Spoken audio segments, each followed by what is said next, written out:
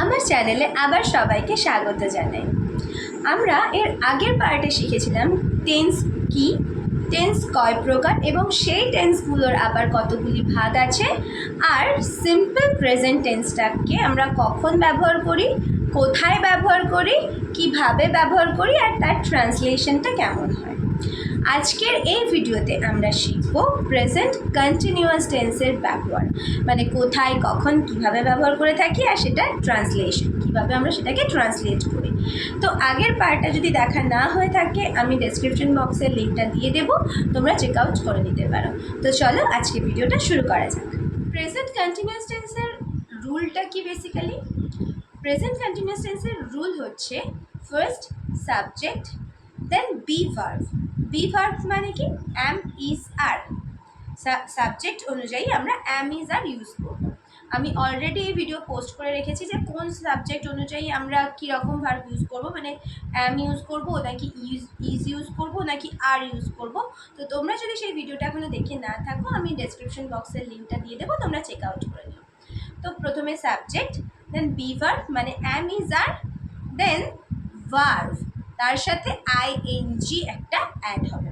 মানে আমি এই যে বললাম আমি তোমাদের সাথে কথা বলছি, মানে I am talking to you.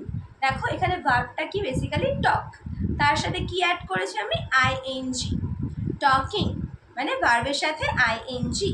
তো সাবজেক্ট বি ভার্ব মানে অ্যাম ইজ আর, তার সাথে টকিং মানে ভার্বের সাথে ING, and then the rest of the sentence. বাকি যে সেন্টেন্সে যেগুলো পড়ে আছে সেটা আমরা পরপর সাজিয়ে সাজিয়ে তারপরে ইউজ করব। তো আমি যদি সেন্টেন্স দিয়ে বলি মা ভাত রান্না করছে, মা ভাত রান্না করছে, এটা কিভাবে সাজাবো? মা রান্না করছে ভাত, মা রান্না করছে ভাত। তো মাদার, মা ইংলিশ মাদার, সেখানে এরপরে কি ইউজ হবে? B verb. বি ভার্ব মানে অ্যাম ইজ আর। এবার মাদারের পরে বেসিক্যালি আমরা কি ইউজ করে থাকি? ইজ। মাদার ইজ রান্না করছে, রান্না করা ইংলিশ কুক, তার সাথে আইএনজি। মাদার ইজ কুকিং ভাত rice, mother is cooking rice. Next sentence আমি যদি বলি বাবা টিভিতে সিনেমা দেখছে, বাবা টিভিতে সিনেমা দেখছে।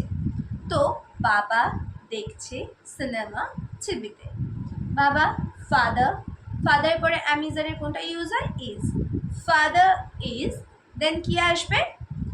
ওয়াচ মানে দেখা, দেখার সাথে এবার আমরা যেহেতু প্রেজেন্ট কন্টিনিউয়াস টেন্সে আছি কি হবে? আইএনজি একটা অ্যাড হবে। Father is watching cinema movie, father is watching movie টিভিতে, অন দ্য টিভি। আমরা টিভির ওপরে দেখি, টিভির ভেতরে দেখি না, so on the TV. Father is watching movie on the TV. Next যদি বলি তারা মাঠে ক্রিকেট খেলছে, তারা মাঠে ক্রিকেট খেলছে। তো তারা খেলছে ক্রিকেট মাঠে।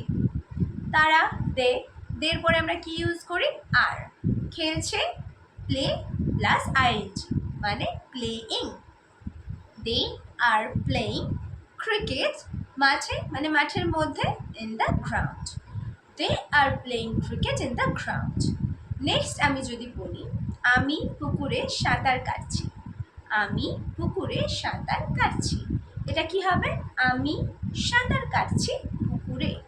সো আমি আইয়ের পরে আমরা অলওয়েজ কি ইউজ করে থাকি? Am. We always use am after I am সাঁতার কাটা সুইম, তার সাথে কি হবে? একটা আইএনজি অ্যাড হবে। আই অ্যাম সুইমিং পুকুরে, পুকুরের মধ্যে, আমরা পুকুরের মধ্যে সাঁতার কাটি, তো in the pond. I am swimming in the pond. Am is are থাকলে সেটাকে আমরা কিভাবে নেগেটিভ বা ইন্টারোগেটিভে ট্রান্সলেট করব সেটা আমি অলরেডি আমার চ্যানেলে পোস্ট করে রেখেছি। তো প্রেজেন্ট কন্টিনিউয়াস টেন্সের ক্ষেত্রেও সেই সেমভাবেই আমরা ওটাকে ট্রান্সলেট করি।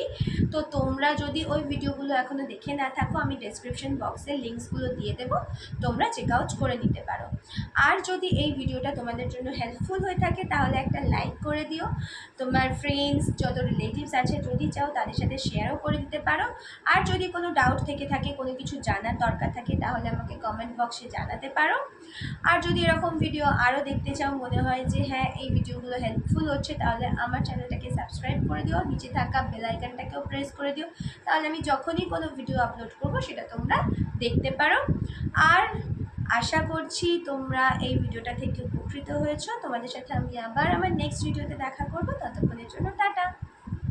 Thank you.